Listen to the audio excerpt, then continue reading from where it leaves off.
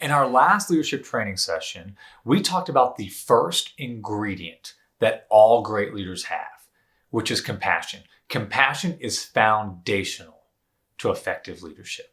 Today, I want to talk about how we grow this skill. I know many of you were thinking after last session, but Shawn, you don't understand. I've got this team member, family member, coworker, so on, and they are annoying. They just frustrate me. There is no way that I can show them compassion and care about them.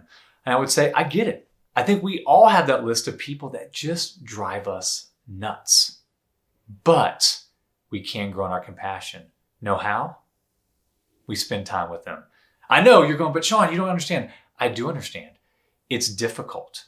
But what I also understand is this, that when we spend intentional time with someone, we get to know their story. We learn about their past struggles and successes. We learn about their future hopes and aspirations. You know what happens? Empathy develops and compassion grows. The great leaders understand that compassion is not just a feeling. It's an intentional choice that we make daily. So here's how you can utilize the skill of compassion for effective leadership. You have to speak someone's language. Here's what I mean by that. Gary Thomas wrote a book called The 5 Love Languages.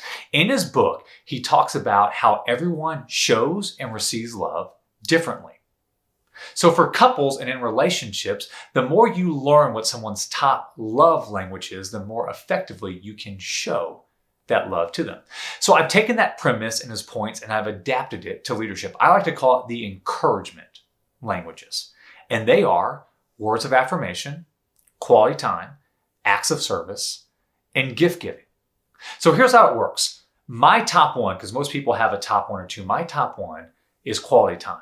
Now, it doesn't mean that if you give me a gift that I won't be appreciative and thankful for it. I will. But if you ask me to grab lunch with you or to go play golf, that act will actually mean more to me and be more encouraging. It doesn't mean the other act wasn't bad. It just means that this act impacts me more because that's my encouragement language. Now, remember, I'm not talking about manipulation. I'm not talking about using someone's encouragement language for selfish gain and a selfish agenda. I'm talking about making our encouragement as impactful as possible. If you learn the encouragement languages of the people around you, this will revolutionize your leadership and your relationships with them.